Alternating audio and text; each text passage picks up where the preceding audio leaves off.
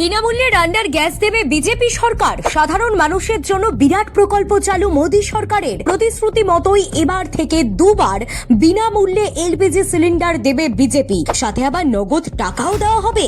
কবে থেকে চালু হচ্ছে এই প্রকল্প জানুন। সাধারণ মানুষের জন্য বড়সড় স্বস্তির খবর। রান্নার গ্যাসের দাম নিয়ে যখন মধ্যবিত্ত ও নিম্নবিত্ত আয়ের পরিবারগুলোর নিত্যদিনের চিন্তা বাড়ছে, ঠিক তখনই আশার আলো দেখাতে চলেছে বিজেপি সরকার।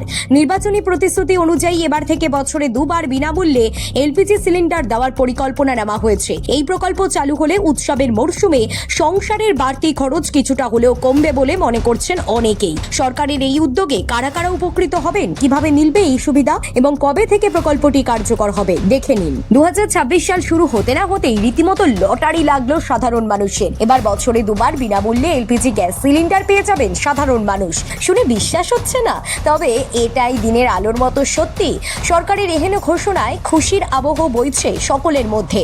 আসলে প্রতিশ্রুতি মতো মুখ্যমন্ত্রী রেখা গুপ্তা তার মেয়াদের প্রথম বছর উপলক্ষে রাজধানীর দরিদ্র পরিবারগুলোর জন্য একটি ঐতিহাসিক উপহার দেবেন। সামনেই রয়েছে দোলযাত্রার মতো শুভ একটি উৎসব, আর এই উৎসবের মৌসুমের ঠিক আগে দিল্লি মন্ত্রিসভা দরিদ্রদের জন্য বিনামূল্যে গ্যাস সিলিন্ডার সরবরাহের একটি প্রস্তাব অনুমোদন করেছে। এখন হোলি এবং দীপাবলিতে দিল্লির লক্ষ লক্ষ পরিবারের রান্নাঘরে বিনামূল্যে গ্যাস জ্বলবে।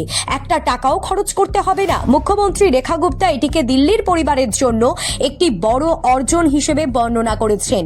এই সিদ্ধান্ত মধ্যবিত্ত এবং নিম্নবিত্তদের জন্য বিরাট স্বস্তি প্রদান করবে, সেটা আর নতুন করে বলার অপেক্ষা রাখে না।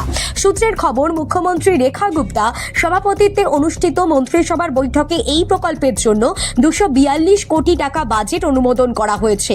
এই অর্থ সরাসরি রেশন কার্ডধারীদের সাহায্য করার জন্য ব্যয় করা হবে।